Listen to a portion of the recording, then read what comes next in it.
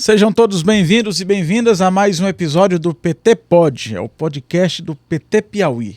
Hoje estamos recebendo o nosso companheiro, deputado federal, economista, historiador, professor Merlong Solano. Seja bem-vindo.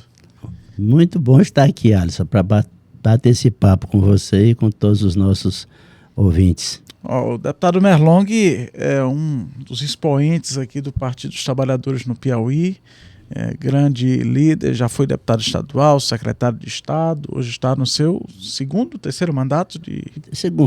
Segundo mandato de deputado federal. Eu já começo perguntando como é que está Brasília, deputado, nessa temperatura quente do ambiente político nacional. Além da quentura, do calor e das queimadas que infelizmente agora começaram a ficar para trás, que está começando a chover naquela região, a quentura da política e dos grandes debates do país que passam necessariamente pelo Congresso Nacional.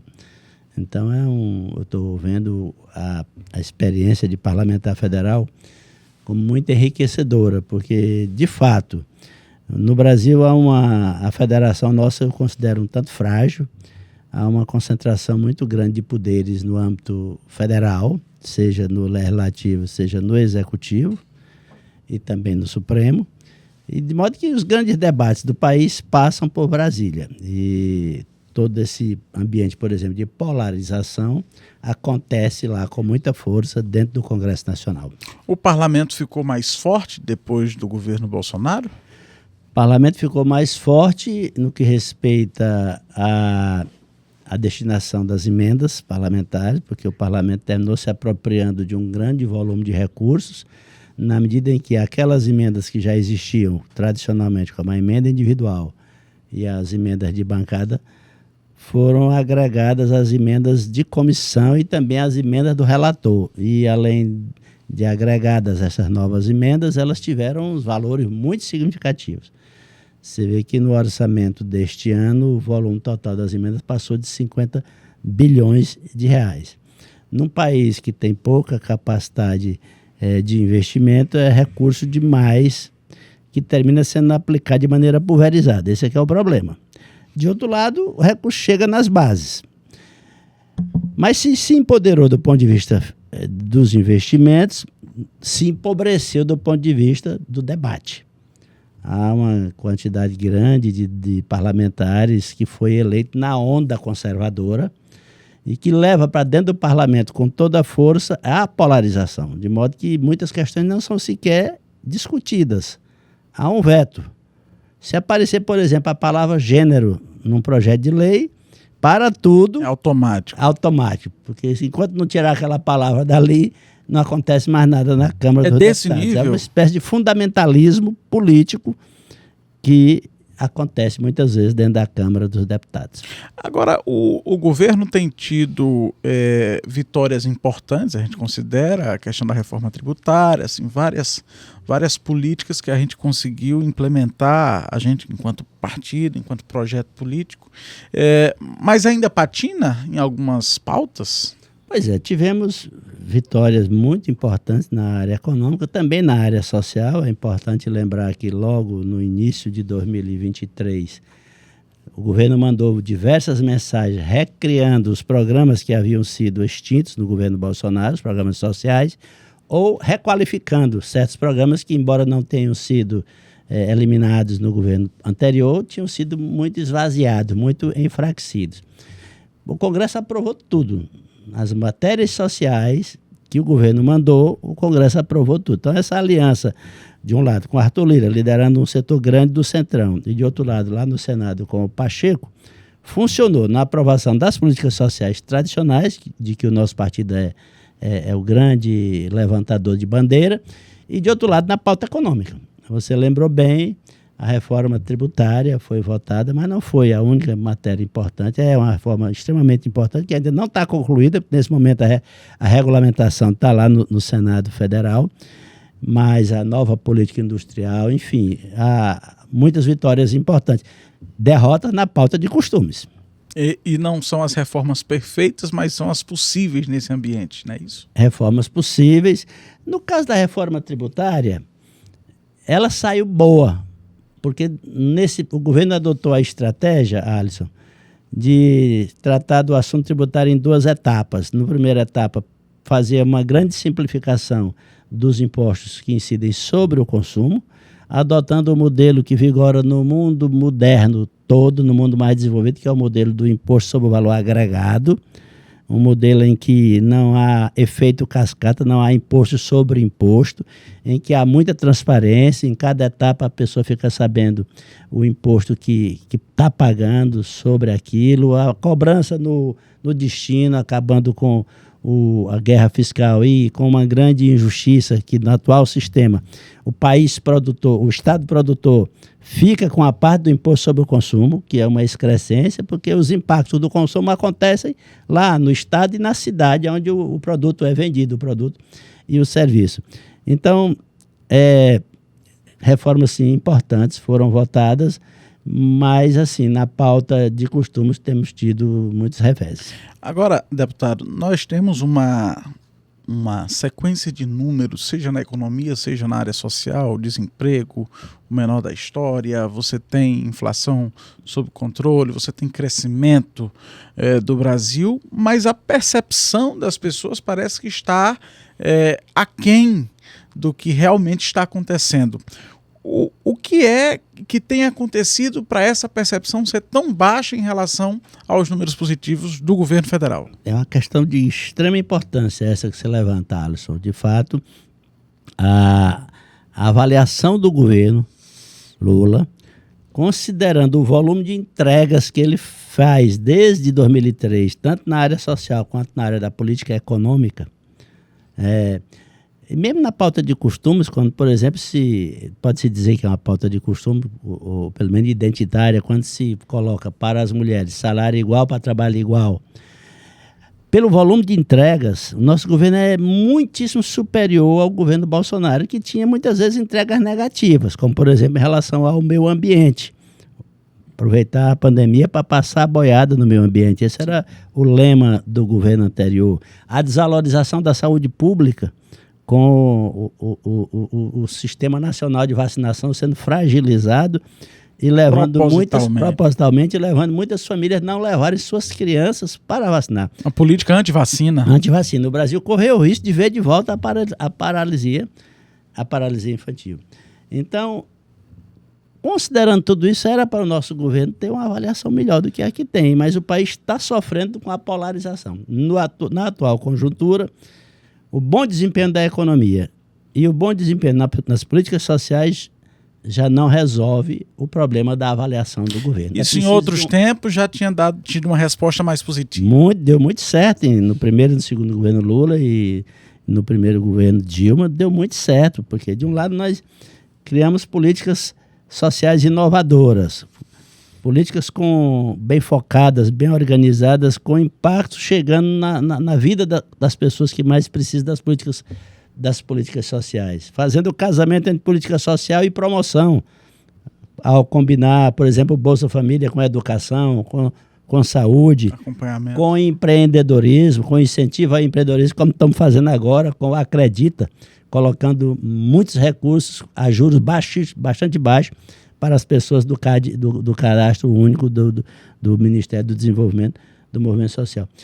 Mas, nesse momento, não está sendo suficiente fazer políticas sociais e ter um desempenho na economia acima das expectativas, porque o mercado sempre foi muito cético em relação ao desempenho da economia sob o governo Lula. Começou com descrédito ao próprio ministro indicado.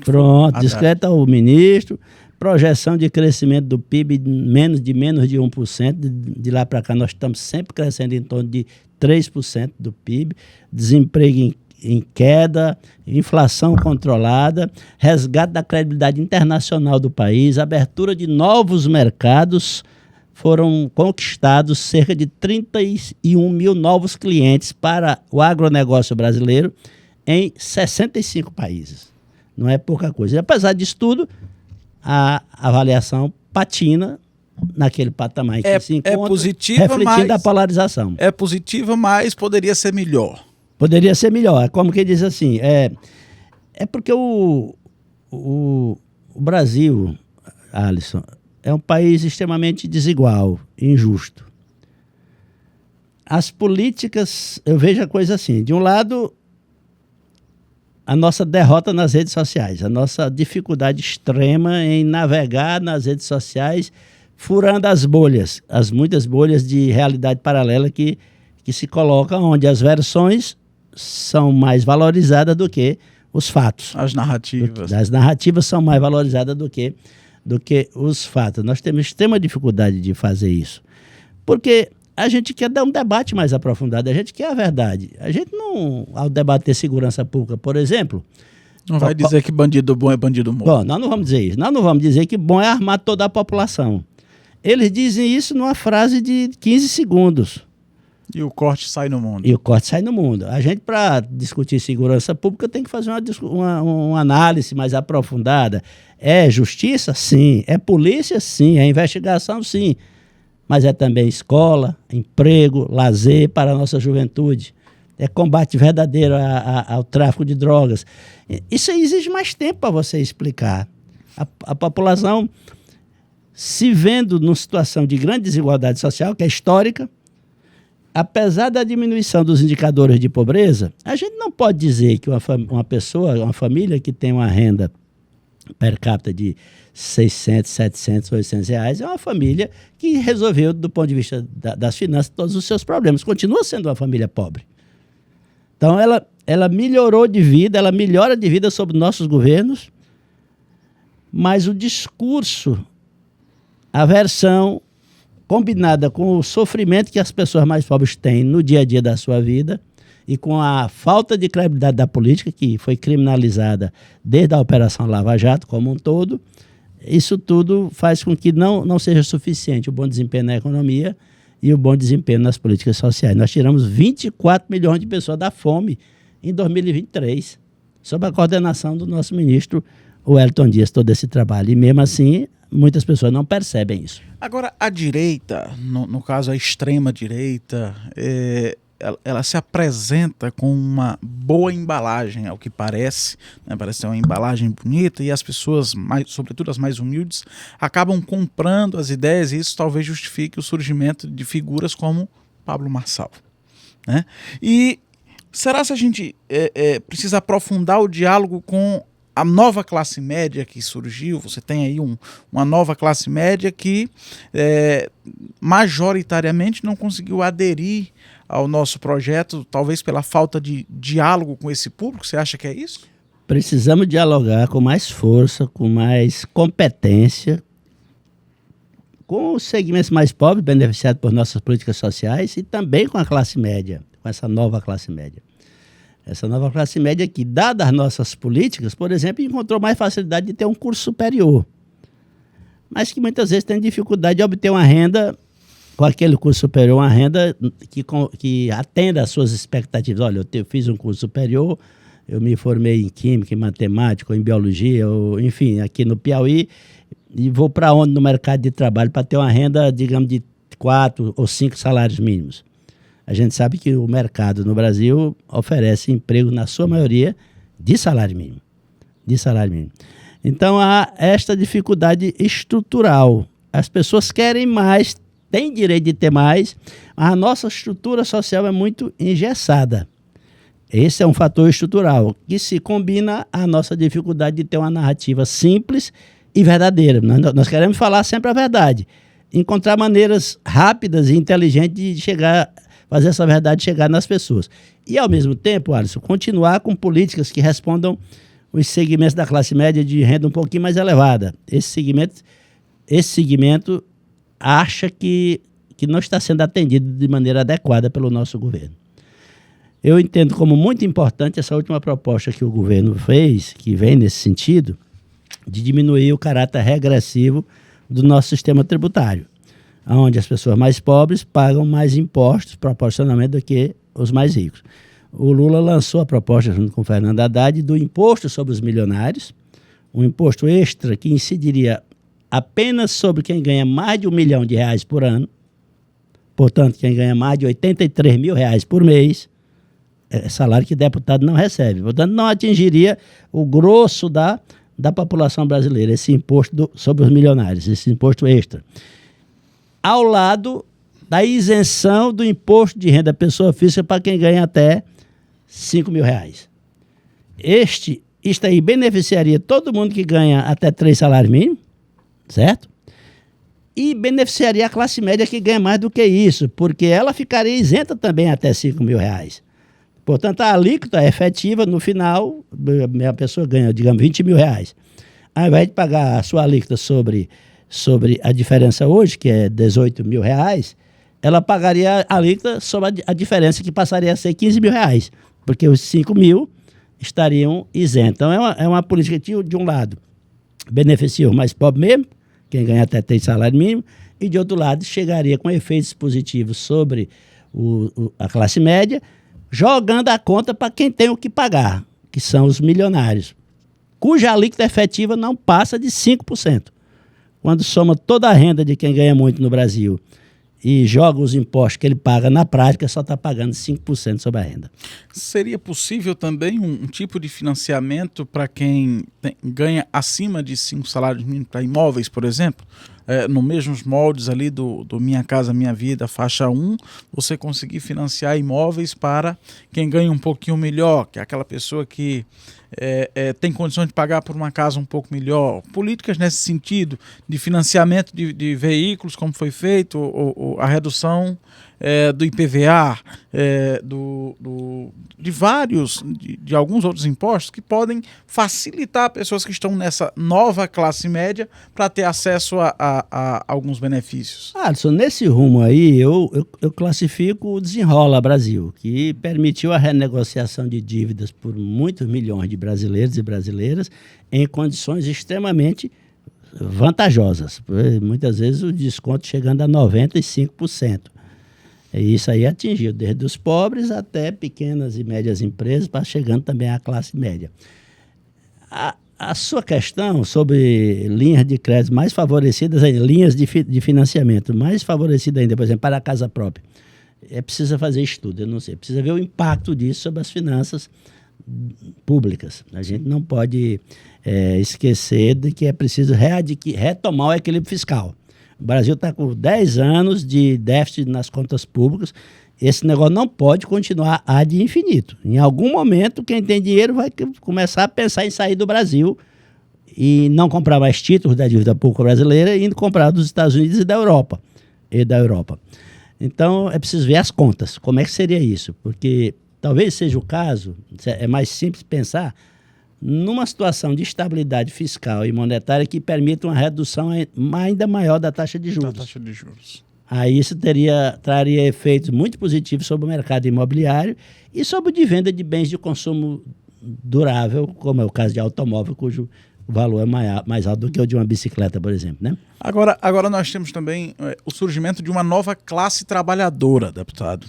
Nós, em 1980, com um surgimento do Partido dos Trabalhadores, o debate era direto no chão da fábrica, através também do fortalecimento dos sindicatos naquela época, e hoje você tem uma outra linha, uma nova classe trabalhadora que está nos entregadores por aplicativo, nos empreendedores, nas pessoas que que dão o seu jeito por fora da CLT. Como é que a gente tem que dialogar com essas pessoas, com essa nova classe trabalhadora que surgiu nos últimos 10 anos?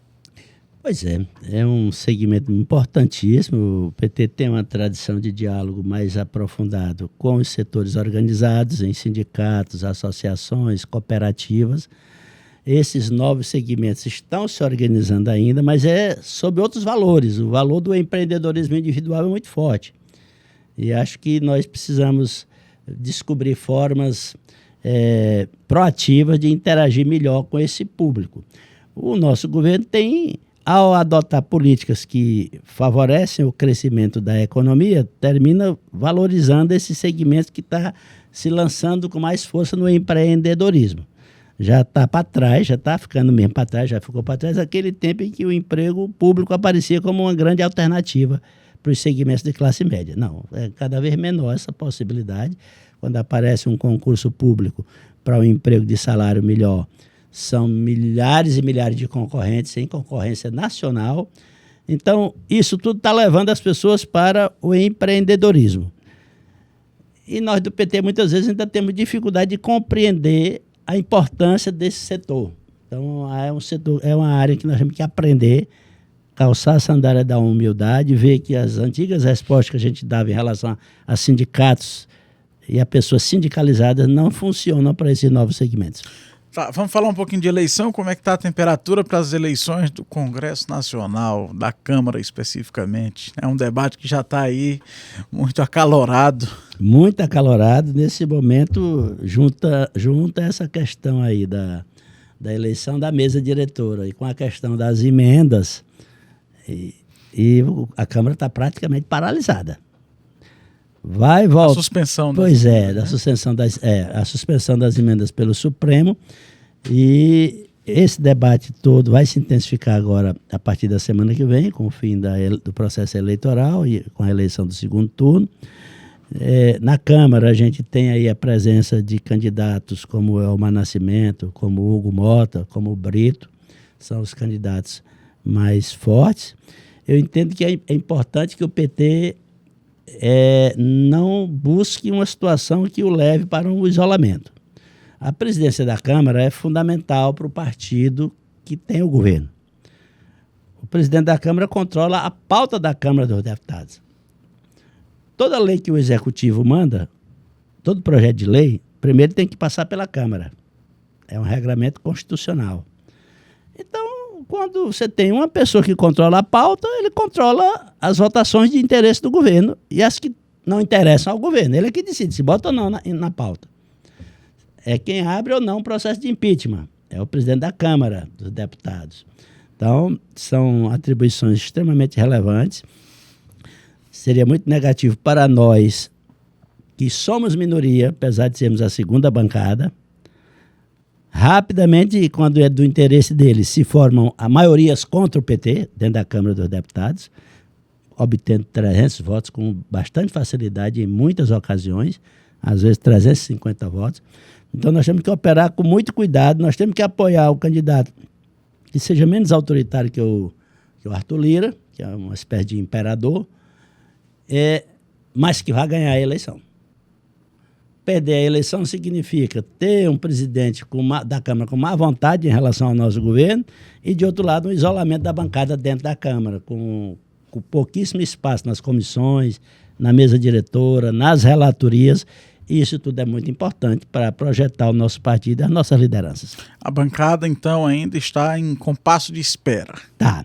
Eu percebo que há uma certa tendência por uma busca de um consenso. Até uns 10 dias atrás parecia esse negócio apontar no rumo do Hugo Mota, mas o Elmar Nascimento está com uma campanha muito azeitada, muito forte. Eu não sei, voltando para Brasília agora, eu vou sentir em que pé estão as coisas. Sobretudo depois que ele foi preterido, né, pelo Lira. Depois que ele foi preterido pelo Lira, eles fizeram uma jogada inteligente, se articulou lá com o Brito, os dois se juntaram. O Brito é do PSD, correto? É. Então é isso. Agora, ainda falando sobre eleições, como é que você avalia o saldo político das eleições aqui no estado do Piauí? Bom, o PT foi o partido mais votado para prefeito, 682 mil votos. A gente saiu de 200 e poucos mil, 250 mil votos aproximadamente, portanto nós multiplicamos por quase 3 vezes a votação do partido para prefeito. Esse é um resultado importante. O segundo colocado em termos de quantidade de voto foi o MDB, com 440 mil. E o PSD, que elegeu mais prefeitos, só teve 400 mil votos. E o Partido Progressista encolheu de mais de 400 mil votos para 200 e poucos mil votos. O Partido Progressista perdeu muito espaço também em termos de número de prefeituras. Elegemos 522 prefeitos. Então, do ponto de vista... 522 vereadores. Vereadores, exatamente. 50 prefeitos, saímos de 24 para 50, portanto, aumentamos mais do que o dobro, enquanto que o partido PSD aumentou de 40 para 65. Então, eles não dobraram. Então, são vitórias quantitativas importantes. O partido está espalhado pelo estado todo, tem boa votação para prefeito, boa votação para vereador. Essas lideranças vão continuar o trabalho. Entretanto, há um aspecto qualitativo preocupante. a derrota nossa em muitos municípios grandes, incluindo Teresina, Parnaíba, Floriano. Esses são aspectos que eu às vezes fico me perguntando, ou veio de estratégia local, ou é a tendência nacional de isolamento do PT nos grandes centros que está começando a repercutir com mais força aqui. Talvez um pouco das duas coisas, sobretudo no meu modo de ver, essa tendência nacional. A dificuldade que o PT tem de enfrentar o algoritmo, de enfrentar as narrativas das redes sociais, continua, e o uso de espaços religiosos conservadores como espaços políticos continua cada vez com mais força, e isso tudo tem feito com que grandes segmentos da população em grandes cidades tenham dificuldade de reconhecer os avanços de nossos governos. Criaram-se alguns bichos papões. Um deles é sobre a relação entre o nosso partido, nosso campo, e as igrejas, sobretudo as evangélicas. Parece que é assim um fantasma criado. Você concorda com isso? Há uma dificuldade de relacionamento e ela precisa ser enfrentada. Ela precisa ser enfrentada do nosso modo da maneira como a gente sabe enfrentar. No caso aí precisa melhorar o diálogo, porque a gente tem o que mostrar. A gente pode dizer com toda segurança, por exemplo, o seguinte: o PT está no seu 5º governo de presidência da República. Nunca houve uma medida contra a liberdade religiosa patrocinada por nossos governos, pelo contrário, nem pelo nosso partido. Pelo contrário, nós incentivamos esse espaço de liberdade religiosa. O Lula diz todo dia, a fé é uma questão de foro íntimo, de foro pessoal, cada pessoa decide. Não cabe ao Estado estar regulamentando muito essa questão das igrejas. Nunca teve uma proposta do Partido dos Trabalhadores ou do governo em relação à flexibilização da legislação, por exemplo, sobre o aborto. A legislação brasileira só admite o aborto em caso de estupro, em caso de bebê com anencefalia, por exemplo, bebê sem cérebro, e no caso de grave risco de morte da mãe. Essas 3 situações, e nunca houve uma proposta nossa no sentido de ampliar essas possibilidades, nem também de restringir, como nós ficamos totalmente contra o projeto de lei do aborto.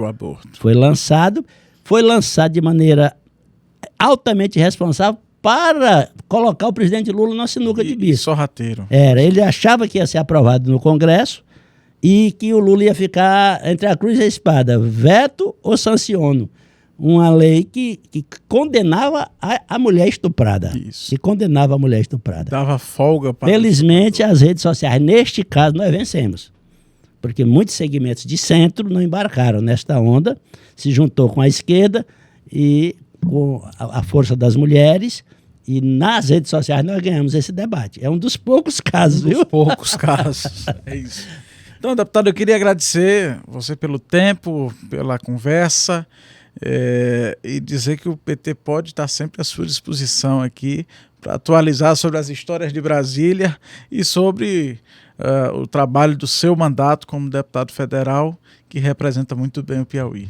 Muito bem, Alisson. Gostei da nossa conversa. Fico à disposição para novos bate-papos. É isso. Você que acompanhou o PT Pod, muito obrigado. Faça a sua inscrição no nosso canal no YouTube. Siga as nossas redes sociais, @PT Piauí, e filie-se ao Partido dos Trabalhadores e das Trabalhadoras.